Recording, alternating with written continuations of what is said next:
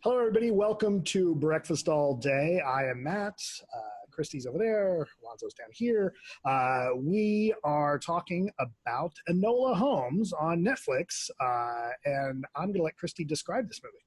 Yes. So Millie Bobby Brown is Enola Holmes. She is Sherlock's younger teenage sister, and the movie takes place in the late 1800s. She is knocking around this giant mansion with her mom, played by Helena Bonham Carter, perfectly cast as her mom, and living kind of a wild existence when at this point, in England, young ladies were expected to go to finishing school and learn how to be proper and, walk in an upright fashion and wear hats and a glove and get a husband, basically. So she is kind of a wild child that has this really fascinating, fun, playful existence until one day her mom disappears. And in her place, her two older brothers, Sherlock, played by Henry Cavill, and Mycroft, played by Sam Claflin, show up and are appalled at the state of disrepair that the house is in and how unkempt and uncouth this young woman has become. But Enola goes off on her own adventure to London to find her mom, and along the way, she runs into somebody else who is on the run, this escaped aristocrat, Lord Tewkesbury, the Marquess of Basilweather, played by Louis Partridge. And so it's kind of a couple different adventures going on at once. This is based on the first book in a whole series, a whole young adult series by Nancy Springer, I want to say is her name. But this is a total blast. And it is such a joy to see Millie Bobby Brown get to be a teenager and have fun doing that. And all speak. that. Speak, right, and not just move things with her mind and bleed from her nose, but it's all that poise and presence that we saw from her as 11 on Stranger Things. Like, it's all there, but she gets to have a complete blast instead, and it's thrilling to watch. Yeah, she gets to be a kid, she gets to be British, and once again, there's a great deal of responsibility on her young shoulders, and she's called upon to use her wit and it's for a physical and mental challenge to find a path through in the darkness, just like a Stranger Things. But she gets to have a good time doing it, and she is just charismatic as hell. And her performance and the chemistry she has with everybody, really, but mostly with Louis Partridge as the Marquess, really hold this thing together when it kind of threatens to be a couple different kinds of movie, because it really is like two different movies that she holds them together. It's also really long. It's over 2 hours long, and it gets weirdly violent toward the end in a way that feels jarring in comparison to the very family-friendly adventure that had preceded it. But I had a great time for the most part. It's if this is indeed the beginning of a franchise for her, I welcome that. Yeah, this was the kind of thing where I was like, I really can't wait to see the next one. Like, there was so much that I liked about this one, but you're right, it is a little scattered. It felt like, was this based on like two different books by chance? I think it's just the first one. I think. Okay. Yeah. Because there's two. But they've also added some stuff into it, it sounds like. Okay, because there's two different mysteries here, and they don't ever really come together very well, and it feels like the movie is constantly chasing its own tail, and like just when you start to forget about the mom, then they go back to her, and then when you forget about the Marquis, we're back with him, and it's trying to do a lot, and a lot of it does very well, and a lot of it has to do with, yes, Millie Bobby Brown is a delight, and I love this character, and it's a lot of fun. I kept thinking about young Sherlock Holmes, but I kept thinking about it in a way of like, I like this much better. Yeah. Sure. Because you've got like Sherlock and Mycroft, who are sort of younger than the versions that we know. Like Sherlock is still sort of an up and comer, and he's got a reputation, but he's not like Sherlock Holmes yet. And the details are fun. It's the kind of thing that has like a really great cast with like, Francis de Latour pops up for a couple scenes, or right, Fiona Shaw, and people like that. But then okay, so this is directed by Henry Bradbeer, who did all but one of the I'm sorry? Harry Bradbeer. Yeah. Harry Bradbeer, forgive me. Who did all but one of the episodes of Fleabag. Fleabag. What? Fleabag. I'm agreeing with you. Oh, okay, I thought you were correcting me again. Sorry. He did all. I'll find a You're reason. beating me down, Christy. Stop gaslighting me. He did all but one of the episodes of Fleabag, and he does the Fleabag thing where Enola is constantly looking at the camera and breaking the fourth wall and talking to us, and it's like, dude, is this like your trick? Is this the thing that you bring to everything? Because I enjoyed that. I like that a lot. Me too. It got grating on me really quickly. Like after the first couple times, I was like, who made this? And I looked at him, I was like, oh, of course, the Fleabag guy. Because that's the shtick of Fleabag. I don't know if you guys watch that, but she's constantly doing it. And it's not until the second season that another character catches her doing it. So that it got a little grating for me, but obviously your mileage may vary. But yeah, I'm definitely, I would love to see Enola Holmes 2 now that we've laid the groundwork, now that we've established this world, we've established this character, because I think there is a lot to like about it, and I think it could go in some fun directions. Yeah, I liked the camera takes. I thought that Millie Bobby Brown sells them really well. This movie is infectiously fun. You know, it bounces back around in time, and the editing's quick and really rapid fire, which is then surprising that it starts to feel long, because it does for a few minutes towards probably after about an hour and a half, like it loses steam for a little while, but then it kind of brings it back together.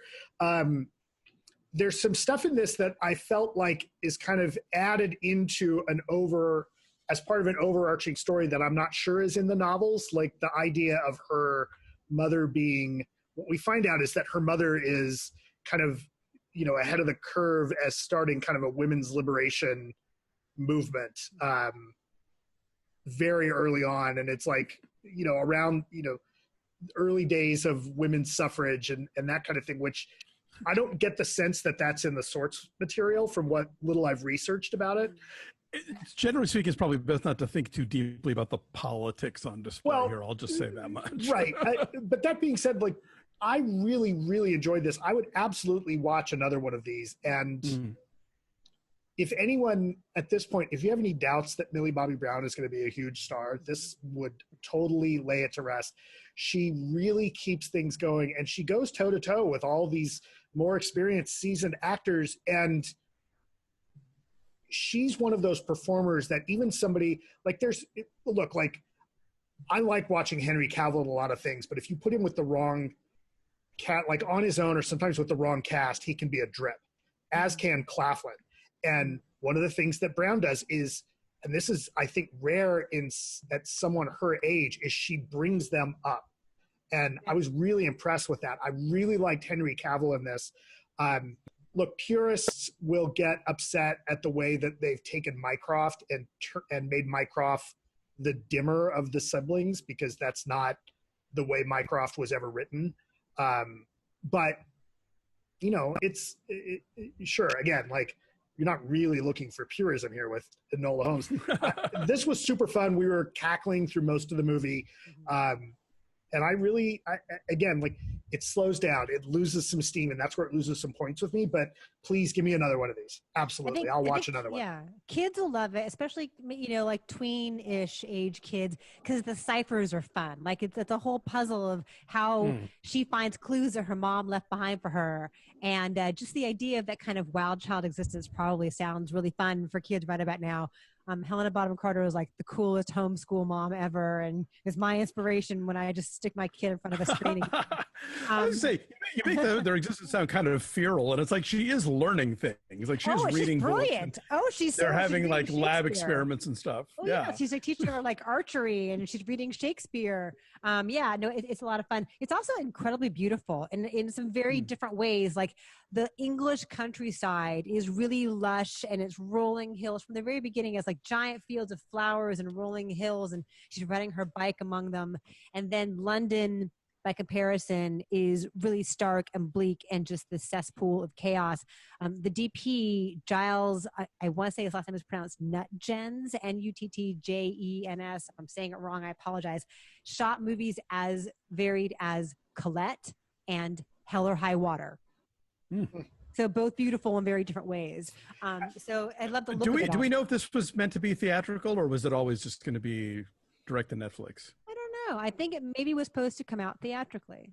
Well, yeah, I think it was. And at one point, I think there was, well, so one of the interesting things is Millie Bobby Brown is a producer on this because she helped get this made. She found it, right? She found it and she really championed getting it made.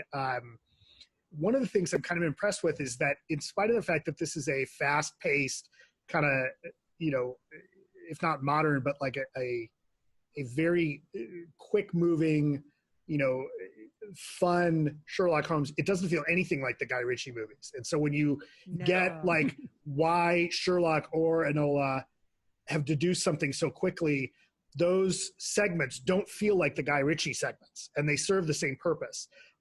This movie really does kind of stand on its own in, you know, dealing with characters that we've seen a million other places. So yeah, again, I know I keep saying get Baby Lestrade in this one. Right. Yeah, give me more of these. Absolutely. And she's funny. Like, who knew she was funny? She never gets to be funny on Stranger Things. She's got like impeccable comic timing. Well, she was a little funny. Yeah. The other thing I was kind of impressed with is how they her job though. It's not her job to be funny. True. She's like more of a foil. How they kind of got around what would be the hair issues you would have casting Millie Bobby Brown, right? Because she doesn't normally have hair that long because she had it shaved off a couple years back for Stranger Things, right? So they either have really good extensions or they put her in a hat. It's probably a wig. There are wigs for lots of reasons. One bit I was a little disappointed by was that Bern Gorman is such a funny actor in a verbal way, and he's just sort of relegated to playing like the scary bad guy in this movie, and they don't the bowler hat give him guy? much to do. Yeah, he's the bowler hat guy. He was on Torchwood, and he's in the Pacific Rim movies, and like it just felt like kind of a waste of his talents. Right. Yeah, it was a little like, get me somebody that looks like a young Willem Dafoe in a bowler. There you go. He totally does. Anyway, I'm saying 7.8. It's very fun. I said 7. I liked it. Okay, so 7, 8. Our number is 7.6. It's on Netflix now. It came out on Wednesday. It is indeed.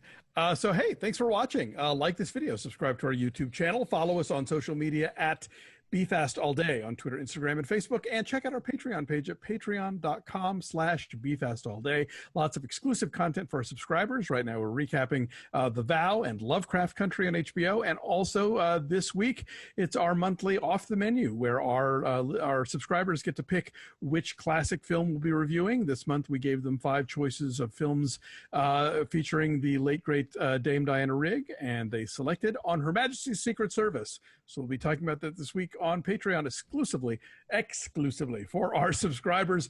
Thanks for watching. We'll see you next time. Bye.